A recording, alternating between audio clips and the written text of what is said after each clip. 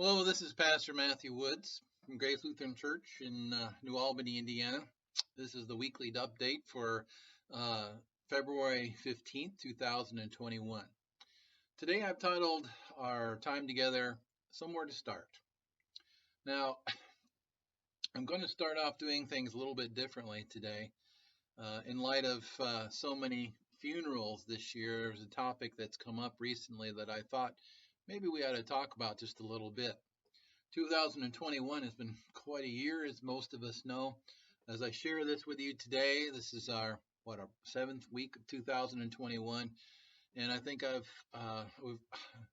don't know, we're maybe all the way up to 12 funerals for the year. It's been too many. We're averaging more than one a week, and just last week we had 3 funerals. Too many. So some of them were unexpected, and some weren't. In every case, however, I can tell you that we were not ready to really let them go. So today I'd like to offer some guidelines for you for pre-planning for the day the Lord calls you home. I'd like to give you somewhere to start. Now, I know this is a goofy topic. I know this is a little off key, maybe in some people's minds, but I want to offer this to you as sort of a practical thing because we all know that day will come, and there's a lot of question marks, a lot of difficulty and confusion when that day comes for our loved ones who are planning our services. So why do this? Let me ask that question first. I realize this is not an easy topic. Uh, Frankly, this is the kind of planning that one would just assume not talk about. I get all that. But when our loved ones are mourning, they are also faced with a lot of quick decision-making things that they have to deal with. They have to make some decisions um, about what their loved one may have wanted for their service or not wanted, what they might have liked or not liked. Most families that I minister to at a funeral they spend a lot of time guessing what their loved one may have wanted or not wanted for that service. So why do this? Well, for 2 reasons. First, it takes the guessing out of the planning for those who mourn. Secondly, and most importantly, it gives you one last opportunity to tell your loved ones that you love them and that you are okay because you are with the Lord, with Jesus, and in and through his resurrection. Last weekend was Transfiguration Sunday, yesterday. In the Gospel of Mark, something struck me for the first time. Jesus was preparing his disciples for what was to come in the cross and the resurrection. Mark 9, verses 9 through 10 says, "As they were coming down the mountain, Jesus gave them orders not to tell anyone what they had seen until the Son of Man had risen from the dead." Now notice verse 10. They kept the matter to themselves, discussing what rising from the dead meant. Well, we know at least 3 times that Jesus told the disciples that he would suffer many things at the hands of the chief priests and teachers of the law, and that he'd be crucified and raised on the 3rd day. The disciples chafed at the idea of Jesus being crucified, and Peter even took Jesus aside, vowing to prevent it in Matthew 16. It was not sitting well with them. It's not what they imagined with a Messiah. It was not something the disciples even wanted to talk about, frankly. In the same way, no one wants to talk about their own death, even though it's inevitable. But it's not death that Christians think about at funerals. It's actually the resurrection. And so the same was being said to the disciples. On Good Friday, they were brokenhearted. They were feeling guilty about running away and when Jesus needed them most, among other things. But even on Easter morning, you notice they still weren't ready for that. When it came, the disciples were still looking for a dead body. It took a week, for instance, for Thomas to come around. But once they met the resurrected Savior, then they were preaching Christ crucified, and gladly, because there was a resurrection that followed. We too have that same message and reason to tell others about the hope in Jesus. Lord willing, when my family attends my funeral, hopefully a long time from now, they will think of that resurrection and a chance to be together again, so that they might have the joy even in the morning of that resurrection, of that hope. So, what am I proposing today? Well, pre-planning the funeral service is in many ways much more important than pre-planning your with the funeral home. You might call it the talk. It's at your funeral service that you will essentially get to talk to your loved ones one last time, at least before heaven. When I put a service together, I always ask the following questions. And I bring this to you in hopes that you will think about this and maybe think about putting a few things down for yourself.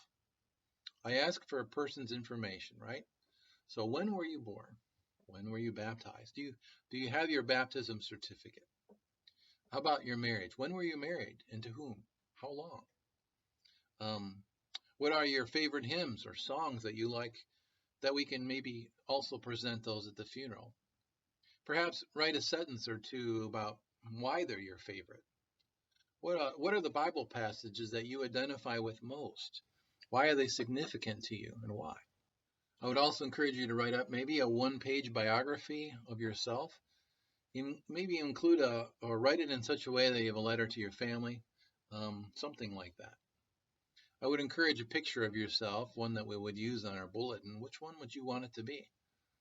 Along with that, it's common to run a picture show during visitation. Do you want that? If you do, what kind of pictures? Where would they find those things? Those are good things to know. What pictures do you want in there, right? Perhaps label some of those pictures, the ones that you think are significant. Put them on the back so so they can be expressed inside the slideshow. I'm always amazed at the wonderful pictures, by the way, of those who have only known as older people, days of their youth and what they were interested in.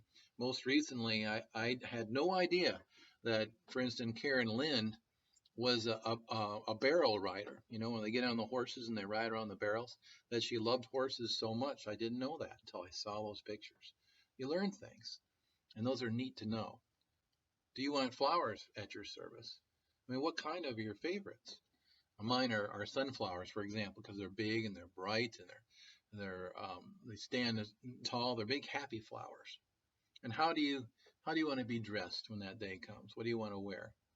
I mean, there's some things that I would encourage you to pass along before the day comes. Some of these things, if not all of these things, they are often overwhelming things when you're in the middle of mourning in shock, and that's why we want to maybe think about that to help in that time. However, if those things are set to go, your family and friends, I know, will be very grateful to have them.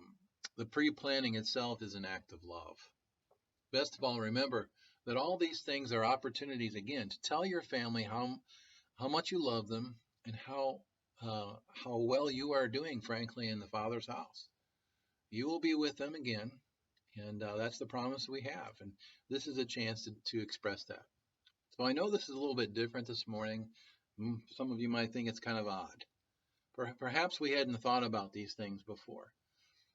And you don't have to be older to pre-plan things. You can do this at any time, any part of your life. You can put stuff together, so that's okay. And as you're doing this, by the way, make sure you communicate to your family that what your intentions are when it comes to burial. Do you want to be buried or cremated? Sometimes that's not always talked about either, and it makes it hard. The family usually wants to honor their loved ones, and so these things are helpful. And so one last thought. Please consider putting all of this in a file or an envelope that can be found. Make sure you can find it. Some of the folks in our congregations have done this, and they brought that file in, and we have a copy of it here at Grace. I know at home we've started a love file, my wife and I, so that if anything happens to us, you open the file and you step by step who to call and what are the bills and so on. We try to lay that out so somebody knows where to find the stuff. That's usually the problem. We can't find out what's going on. So lastly, you might want to put all important things, letters and so on, maybe on a thumb drive so that you can update it once in a while. It's always helpful when it's digital. At any rate, all that aside, I know that's a lot. But my goal this week is to put this out there for consideration. so that you have one last opportunity to express your love for your family, to let them know you're okay and you're with the Lord. Um, and I think they'll appreciate that, knowing that those things are already in place, and they will be grateful to honor you in that way. So I hope this helps you a little bit, and I pray that you would consider it. Um, a lot of things have been going on here at Grace. Just a couple thoughts. Just want to remind you this week is Ash Wednesday. Ash Wednesday, we're starting a series. We're going to be talking about the uprising of Lazarus. You'd think a resurrection would be good news, but not to Jesus' enemies. And so we were going to be talking about that Wednesday night. And if we get this snow that they're talking about, obviously recording this before it's come, but if we're getting that snow, we're still going to be here. We're still going to have services, and we're still going to carry on. So, and we'll let you know about Wednesday night. Confirmation classes and things sometime on Wednesday. But we want to let you know about those things ahead of time. Also, Sugar Bush is coming up. We certainly want to encourage you to sign up. If I'm calling you, that's probably what I'm doing. I'm trying to get folks to help out with that. And the good news is we're going to be behind the glass, and separated from the people more this year, and everything's going to be in go boxes and that kind of thing. So it'd be good if we can get your help there. And our fish fries, I'm trying to recruit folks to work in our parking lot because we're going through the drive-through portion. And if you get your tickets ahead of time with glcna.org, it's kind of like the Fast Pass at a certain amusement park down in Florida, right? You can get your stuff ahead of time. You just go right up to the front of the line. So anyway, those are things that are coming up, and I certainly want to encourage you to take advantage of those too. Well, I hope today was helpful for you, and I pray that it was a blessing, good information. And now the Lord bless you and keep you. The Lord make his face shine on you and be gracious to you. The Lord look upon you with his favor and forever and always give you his peace in Jesus. I'm Pastor Woods, and I pray that you have a good week this week. The Lord be with you. Bye-bye.